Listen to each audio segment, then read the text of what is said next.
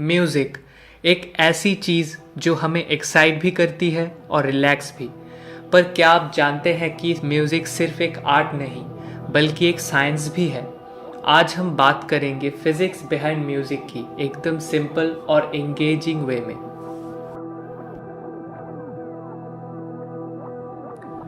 सबसे पहले बात करते हैं साउंड वेव्स की। जब एक गिटार की स्ट्रिंग वाइब्रेट करती है तो हवा के पार्टिकल्स भी वाइब्रेट करते हैं और ये वाइब्रेशन हमारे कान तक साउंड वेव्स के फॉर्म में पहुंचता है। मतलब बिना वाइब्रेशंस के म्यूजिक एग्जिस्ट ही नहीं करेगा। अब बात करते हैं फ्रीक्वेंसी और पिच की। फ्रीक्वेंसी मतलब कितनी बार एक वाइब्रेशंस एक सेकेंड में होता है।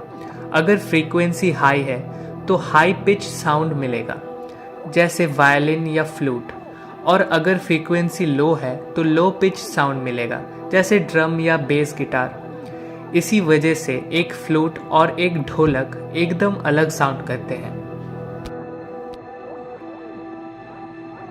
नेक्स्ट कॉन्सेप्ट है एम्पलीट्यूड की, जो डिसाइड करता है कि एक साउंड कितना लाउड या सॉफ्ट होगा। जब एम्पलीट्यूड ज़्यादा होता है तो साउंड लाउड होता है और जब एम्पलीट्यूड कम होता है तो साउंड सॉफ्ट होता है। क्या आपने देखा है कि कुछ लोग सिर्फ अपनी आवाज़ से ग्लास तोड़ देते हैं? ये होता है रेजोनेंस की वजह से। अगर एक सिंगर की वॉइस का फ्रीक्वेंसी बिल्कुल सेम हो एक ग्लास की नेचुरल वाइब्रेशन फ्रीक्वेंसी के बराबर, तो ग्लास का वाइब्रेशन इतना बढ़ जाता है कि वो टूट सकता है। तो बोल ही सकते हैं physics is truly amazing.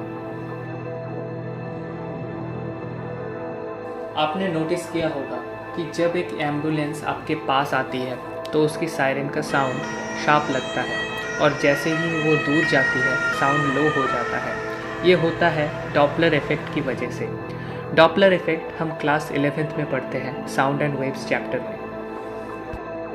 Basically जब साउंड सोर्स आपके पास आता है तो वेव्स कंप्रेस हो जाती है, हाई फ्रीक्वेंसी हाई पिच, और जब दूर जाता है तो वेव स्प्रेड हो जाती है, लो फ्रीक्वेंसी लो पिच में।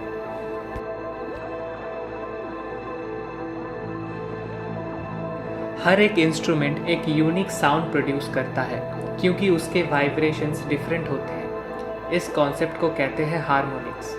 इसी वजह से एक गिटार और पियानो एक ही नोट बजाने के बावजूद अलग साउंड करते हैं। क्या आपने सोचा है कि कुछ साउंड प्लेजेंट लगते हैं और कुछ एनॉइंग? ये होता है कंस्ट्रक्टिव और डिस्ट्रक्टिव इंटरफेरेंस की वजह से। जब साउंड वेव स्मूथली मिक्स होती है तो मेलोडियस म्यूजिक बनता है, और जब वेव्स रैंडम होती है तो नॉइज क्रिएट करता है। तो दोस्तों, अब जब भी आप अपने फेवरेट सॉन्ग सुनो तो याद रखना कि उसके पीछे फिजिक्स का पूरा मैजिक छुपा है। अगर आपको ये वीडियो इंटरेस्टिंग लगा तो लाइक शेयर और सब्सक्राइब करना मत भूलिएगा। मिलते हैं अगले वीडियो में। Thank you.